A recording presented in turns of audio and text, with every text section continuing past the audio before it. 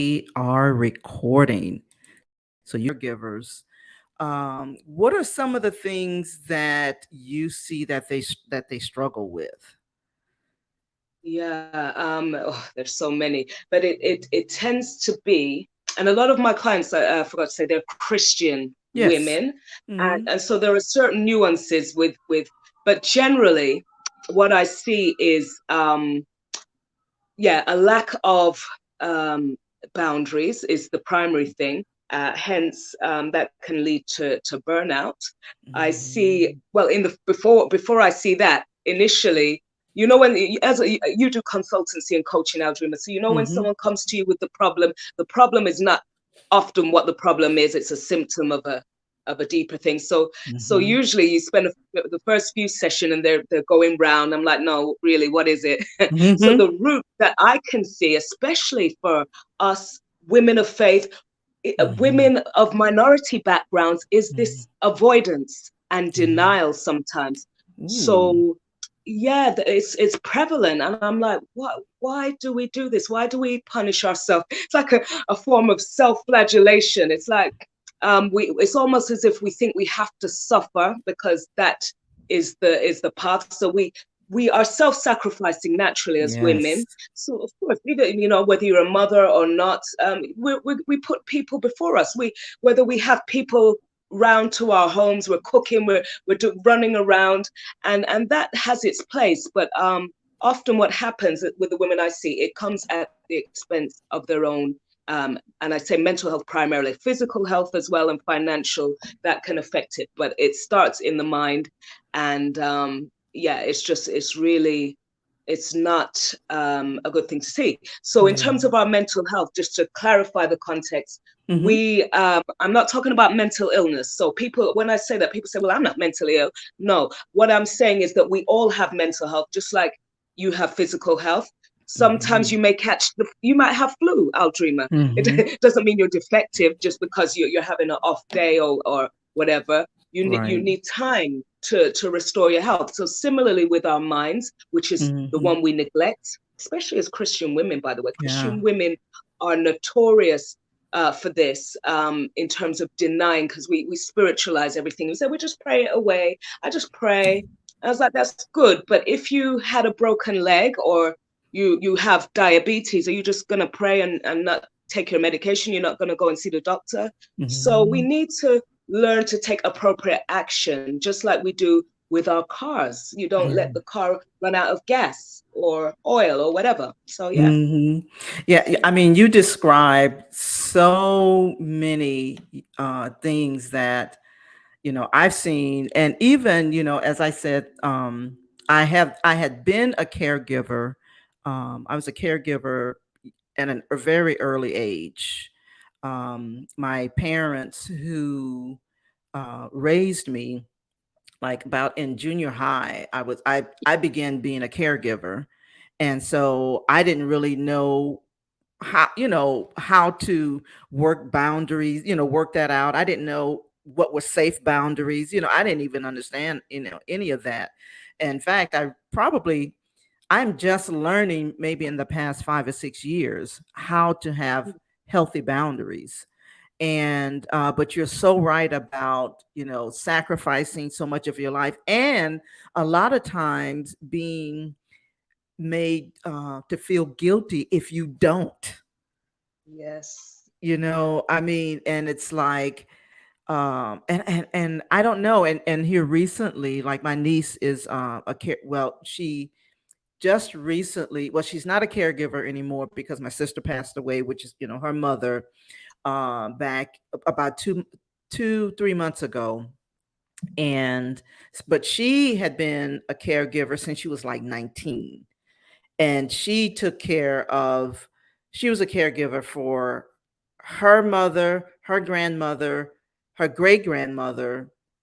And I mean, it was like when she and I talked about it, it was like four people she had been a caregiver for. Mm. And so she's just finding herself. She's got children and things like that, but she's just kind of finding herself. And it's a huge adjustment in terms of, particularly if you have done it for a long time. and your identity is wrapped up in doing that. Do you find that to be a lot of the case? Yes, yes, Yeah, so much. Even for myself, and that's why I recognize it. And if that's all you've ever known, and that's what's expected, then that's what you do. We yeah, carry on certain traditions. My family are from we're from the Caribbean. I have Jamaican parents, and that is sometimes. And I know you talked previously on other podcasts about legacies and things, and some of the legacies that are left for us are not healthy ones. So it's again tied up in this notion of, well, we had to suffer, therefore you suffer. And it's just what we yeah, do. And I'm not saying you shouldn't, of course, you should look after your loved ones. Yes, that's what we do. But there's something about um, martyrdom. It's yes, almost like, because if you're going to do it, you know, have you noticed whenever we do something against our will, and it might be the right thing to do, but you can get resentful because it's wearing on you. You're yeah, tired. You want to do other things. So yeah, and that's what happens. You maybe you can't delegate. yeah, So that's what I do see that, as I say, it's a prevalence. I don't know about other communities, but what I can tell you in terms of our um those of us from the African diaspora yes, is that we this is something that, and I've tried to pray about this and wonder what is it about us that keeps us with these ingrained shackles, because yes, it could yes, sometimes be like a modern day slavery that we just perpetuate. And and some of it does come from old colonial legacies, but I think that we're we are hardworking, we do all of that, and it's almost as if we do not have. Okay, I'll tell you what my some of my clients have said to me initially, because not everybody knows what coaching is, yeah, and they say, "You my therapist?" I'm like, "No, that's not what I do." And I explain to them, and they're like, "Well, anyway, that is for only certain people. That's for wealthy white people," they'll say. Or mm-hmm, I'm like, "Well, do you, everybody needs help. Are you going to just suffer because you think that's for a certain type of people?" And then there's the notion of the strong Black woman, because they feel that they have to be strong. And being yes, strong, I'd like to, their definition is different from mine, but because being strong for me involves seeking the help. I've got no shame, so it really right, helps me. I've got no shame, no pride, so I'll go and beg anybody anything that I need, because I'm not yes, going to starve or die because right, because I'm too embarrassed to know. And mm-hmm, also a similar parallel, Aldreama, that I've noticed in the Christian community. So, for example, if you ask for help, it's seen, and this is why I was even surprised when the pastor came to me. I was like, I need you, I need deliverance. But I get what she was saying, and it's this notion of, if I dare to step out and ask or anything, people will see me as weak, or I don't have enough faith, and it mm-hmm, looks embarrassing. So mm-hmm. that's what I'm seeing a lot of. Yeah. Yeah, I mean, even like I was saying, even in my own family, and again, growing up being a caregiver up until like my 30s, I think. Yeah, it was like about in my 30s, and my identity being wrapped up in doing that, and I was lost, after I was no longer in that in that capacity, but you are so right. And then it's funny you said that about people of faith. Love my people of faith, but oh my gosh, we got a lot of we got a long way to go. And I have heard, people, well, you need to be, that was your mother, or that was your, that person raised you, and this, that, and going on. And then you start to feel guilty if you try to seek refuge, if you like, you want, like, I need a break, the responsibility of caring for someone, it's huge. And it is almost viewed as though you don't love the person Right. if you seek refuge. Kind of speak to that Yeah. a little bit. Did you want to say something about that? I mean, have you seen that as well? I've seen it, and that's why people come to me. I also work for an organization and do separate Christian coaching. That's aside Mm-hmm. from my own, but people come on there anonymously. And I always say, have you Mm-hmm. spoken to your pastor about this? They're like, no, I couldn't possibly. Because people, this is the thing about shame. It Yes. literally can hinder every aspect of your life.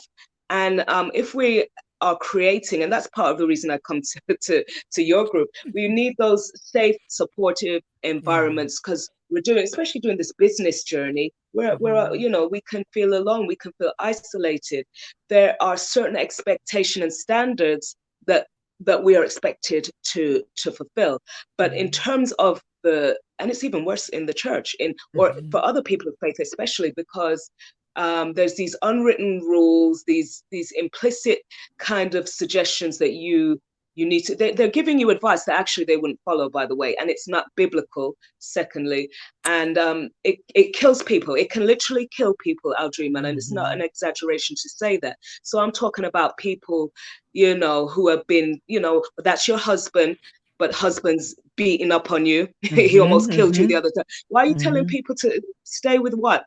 And they Right. never kind of speak to the man. They're just saying, you as the woman, you've got to submit, you've got to be, you know, or in the case of, like you said, your mother, people have to realize that not everybody's mother or father are good individuals. And I know it says Mm-hmm. honor your mother and father, but some people have toxic, and some people's families are so self-destructive that that's their mission, to destroy you. So we have to Yes. acknowledge when we're in the midst of narcissists or addicts or other people who are going to steal our energy and put us in a position where we cannot operate in our business, in our lives, and we can't look after our kids because we are wrapped up.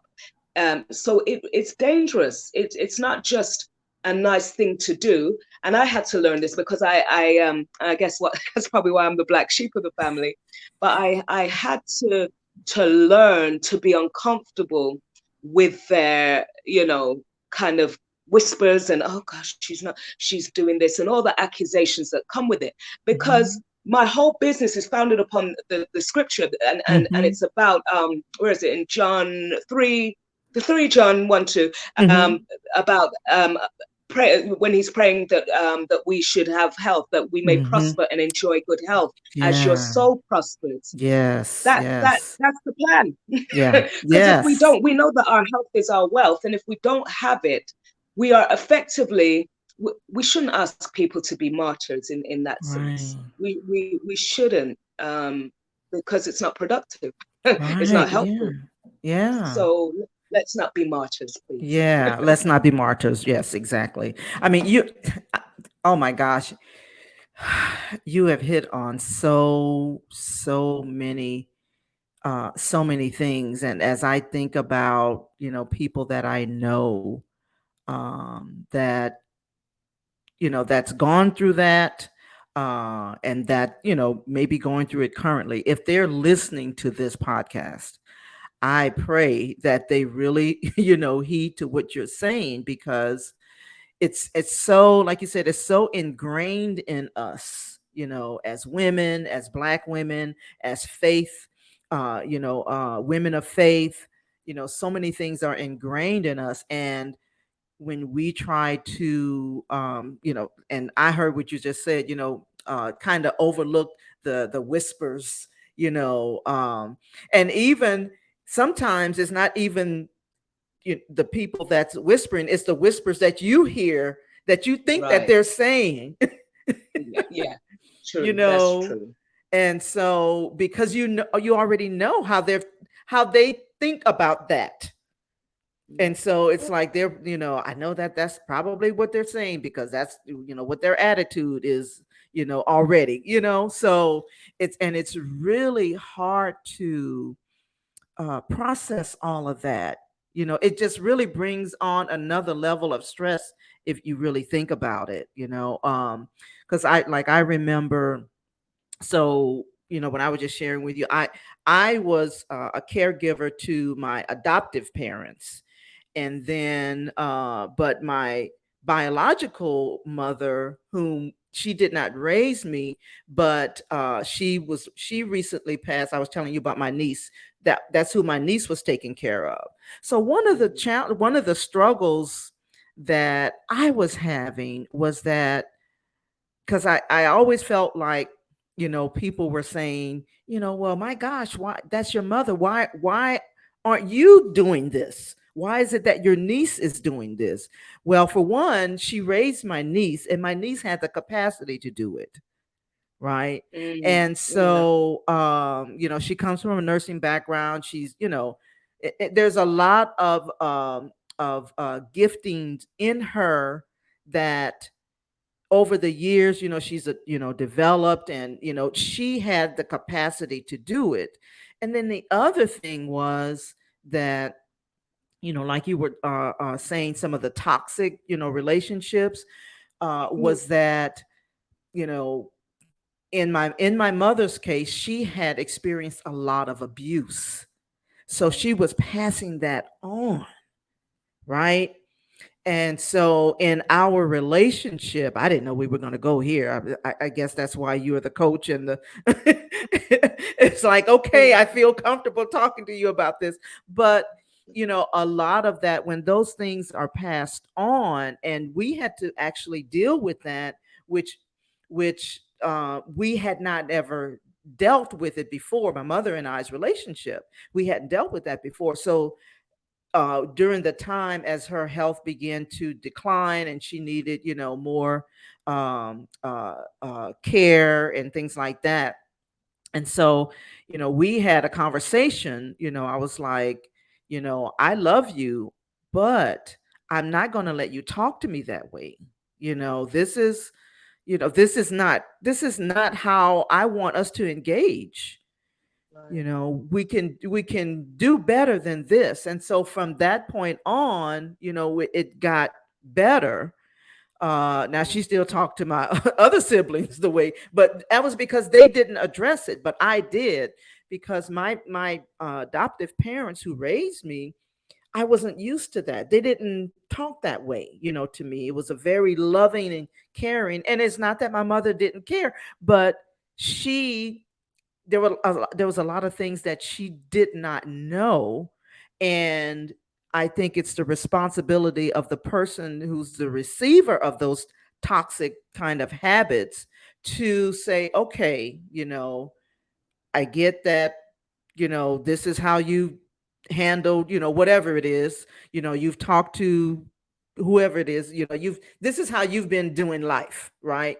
But from this point on, if we're to have a healthy relationship, we're going to have to establish some boundaries. We're going to have a come to Jesus conversation. And it doesn't have to be ugly either, And so we did, and we were able to, come to an agreement in terms of how we were going to engage with each other. Because the thing that I learned was that, you know, just because a person didn't know how to do better, or they were in a certain environment, does not give them permission to do that to me. Right. Exactly. And that's what Yeah. I had to come to. And when I was freed up, to when I was able to express that, to her, because I know she loved me. That wasn't the issue. But her hurt was being, poured out on me, and I was like, no, we're not gonna do it this way. And so yeah, so it was yeah. I mean, I can so identify with so many things that you're saying. Did you have anything to add to that? Have you, experienced, some of those things too? Oh yeah, and that's exactly. I mean, I only talk about what I know about, and I've experienced it firsthand. And Mhm. before I even was a coach, so I trained 16 years ago now as a social worker. So I always knew I wanted to work in mental health Mm. services. And I quite like it because I was always fascinated. And I remember even my mother was a nurse, psychiatric nurse, and in those days Mm. they had asylums where they put even if you didn't have a mental illness, they put you in there. If you were a deviant, if you were an unwed mother, they just put every everyone that society didn't want, they Yes. put them. And I remember being a child fascinated. I was like, you know what, one day I'm going to free them. I said, I'm going to let these people out. And I was on a mission to do that.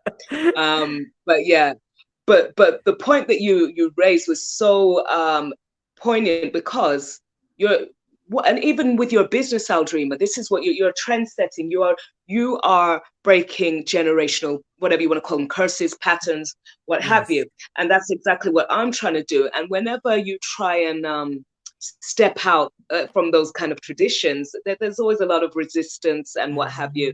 And I'm glad that you could find that that understanding with your mother, because it's like you say, those, you know, when we know better, we have to do better. And Absolutely. it's good. But I also appreciate that not everyone can establish those kind of boundaries with their families and what have you. And it's this, yeah. So it's, as long as society will always tell you. You were mentioning before that, you know, your niece was helping, and actually, it's like it's nobody's business. Why they asking you why you not mind your business?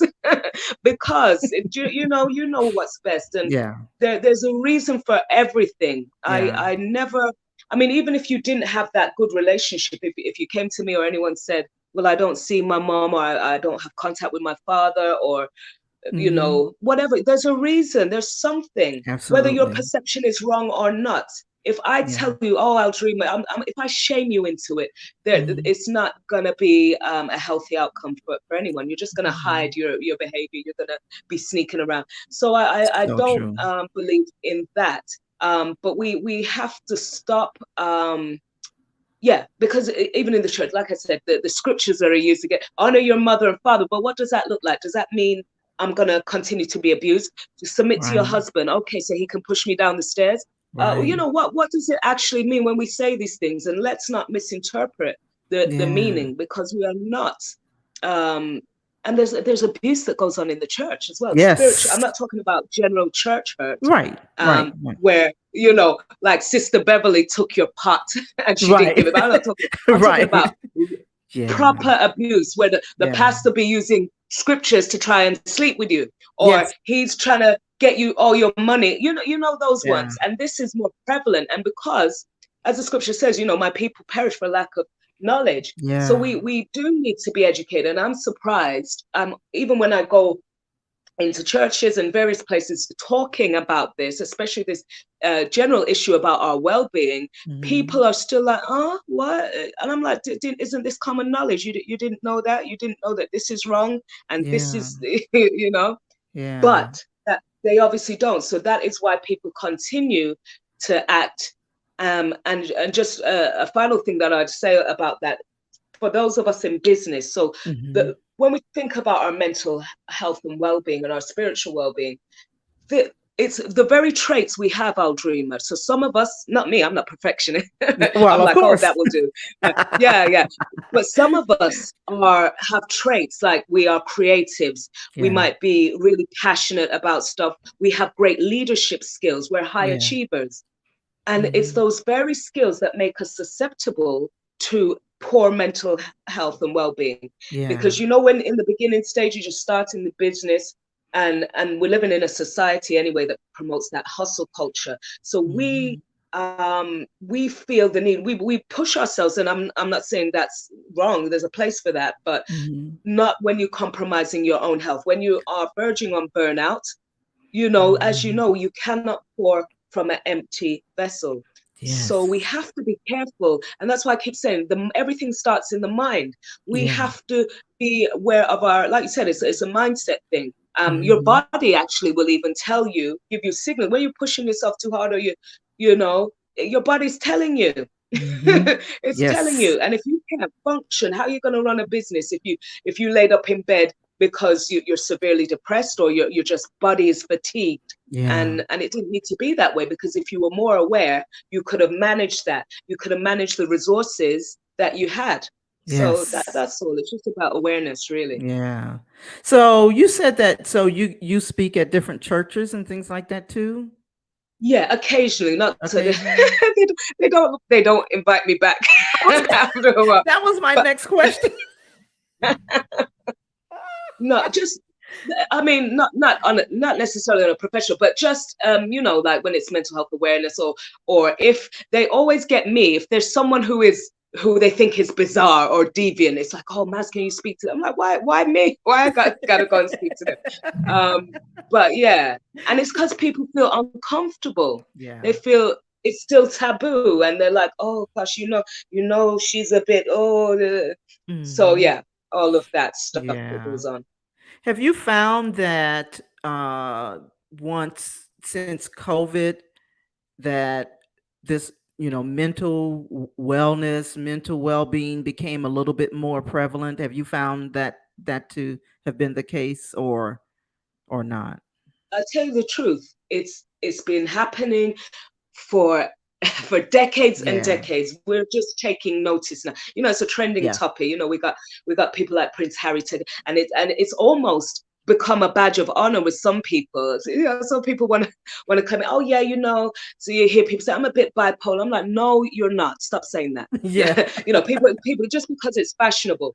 But for many years we've been struggling with when we think about during the war, our armed forces. Yeah. How many of them came back? When you go through Yes. certain types of trauma, and Yes. it's like, Yes. what's that saying? What unresolved trauma? Yeah, what is not solved gets transferred. I've forgotten who says that, but it's Hmm. true, and it speaks to the Yeah. generational patterns because we know that it's things like even me growing up in the Jamaican household, even living out there in Jamaica as a child, it was very much a case of children should be seen and not heard. Don't Yes. just don't speak, don't cry, don't. I even got told don't smile. If you smile, people will think you're weak. All this Oh, kind of nonsense wow. and money Yeah. mindset. We Yeah. we don't talk about money. That money, I have no money. You should have no money, and you shouldn't want nice things. Imagine. So it took me years to unlearn all the nonsense. And Wow. even now, some of those family members still. I'm like, have you hurt yourself? Are you okay? That's Right. ridiculous. What you're Yeah. saying is ridiculous. But of course, Wow. like you said, Aldreama, at the time we don't know that. Yeah. It's just how we've been raised, and it's the environment. We see people suffering, and we think, well, that's the path for me. Right. And I'm actually saying no. I Right. say no more of that. Thank you very much. If I'm going to suffer, it's not going to be because of you Right. or any other Exactly. this nonsense. Yeah, I got to Yeah. suffer for something else, having a good time. Yeah. But no, but in answer to your question, it's come out more. So it's always been there. And like you say, the pandemic, what that did was just bring it to the surface. Yeah. It made us rethink, because even us in business, when our identity is attached to what we do, when you go to a dinner party or something, someone says, "Oh, what do you do?" Yeah. We think that the thing we do is us, and it's not. Um, it's you're not just a mother, you're not just a business owner, Yes. you're not just any of these things. So that Yeah. is why when we were locked down for all that time, we begin to question. Some of us were having existential crisis, and we start to think, who Yes. am I? Oh my gosh, what have I got to show for my life? And Yeah. that's why you have this great resignation, because people are rethinking Yes. how they want to live their lives, and rightly so. We should always Mhm. take a audit of our Yeah. lives and see, are we keeping our goals? Do we have Yeah. any goals? Yeah. So that's what I saw. So people are still in denial, but people feel more free to talk about it now, and that's a good Yeah. thing. Yeah. Yeah.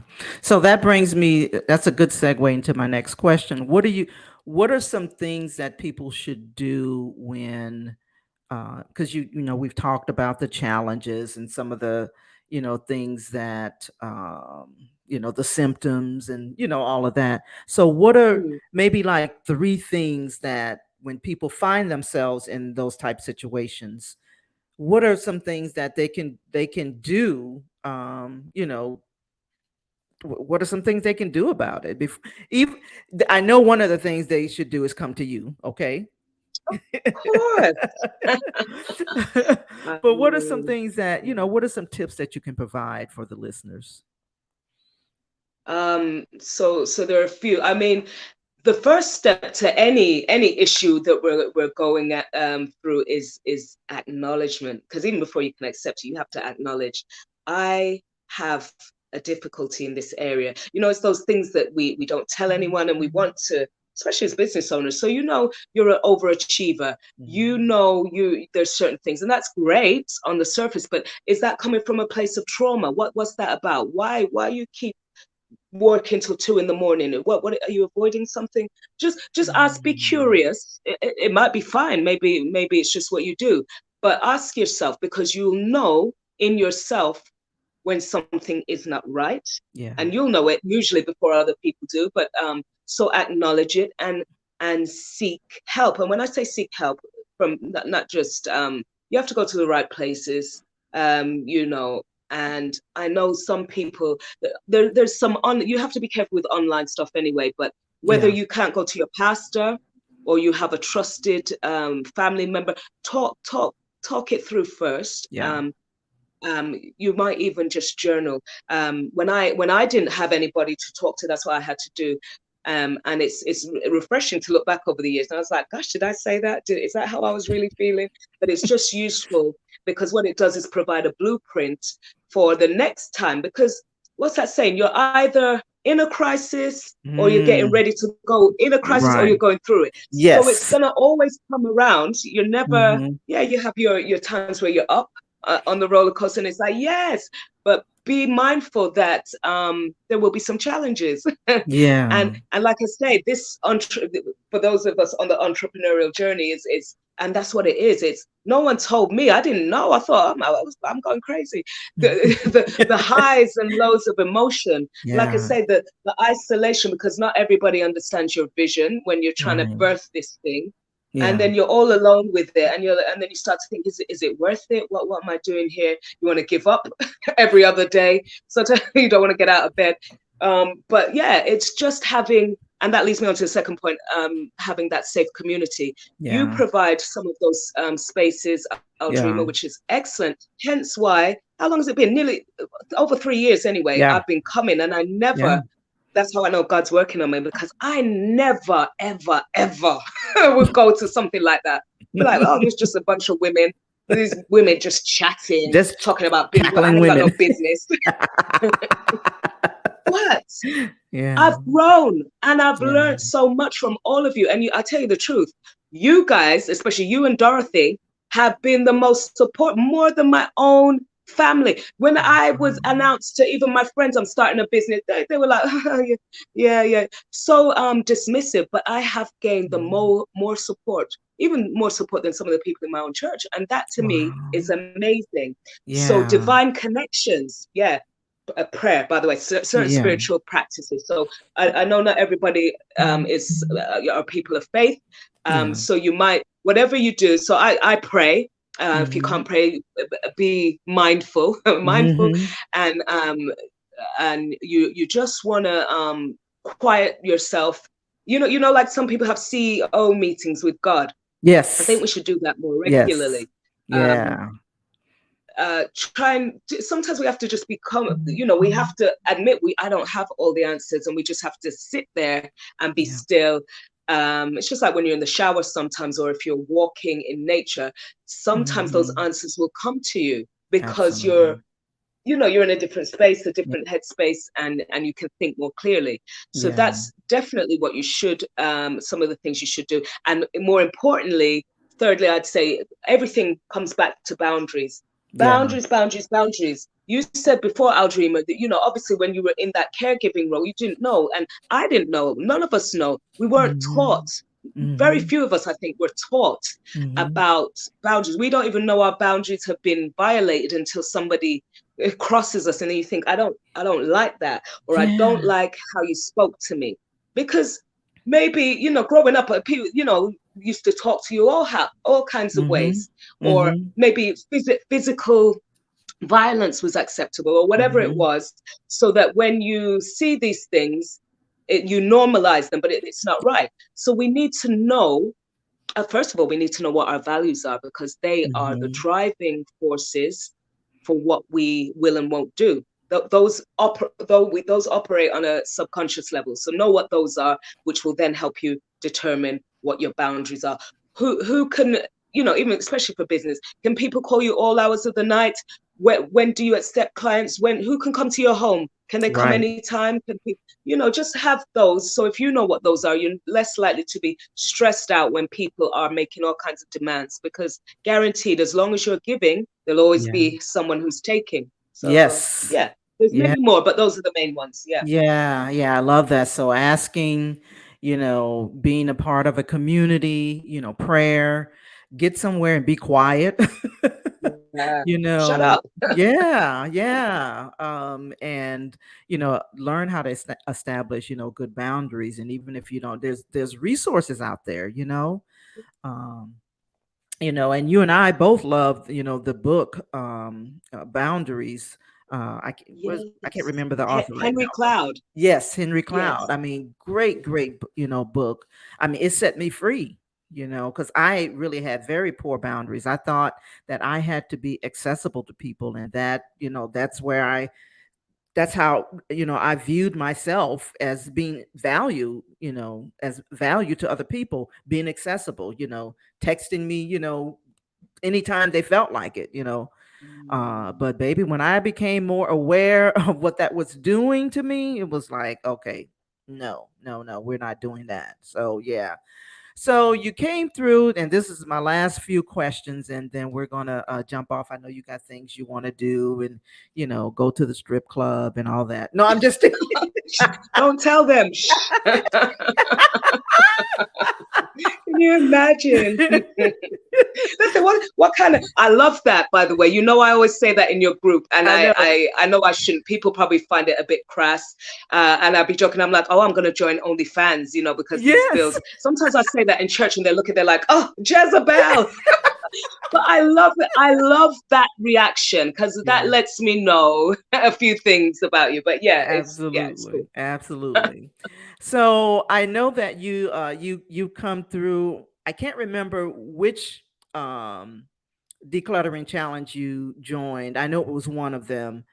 And you have heard me talk about, decluttering and things like that. So what are, some things that you were able to take away that you can implement, in your business, or either you implemented it or you thought, okay, well, that's pretty good. What were some things that you took away when you came through the challenge? Oh, there's a few, but just even generally on a practical level, the when you organize your space, even before I came on here, and I'm thinking, Aldreama's not in your house. Why are you cleaning the house, going over it more?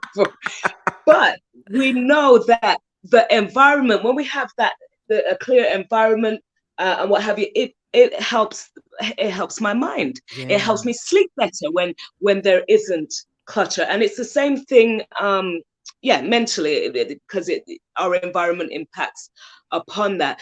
And also learning to delegate tasks, Yeah.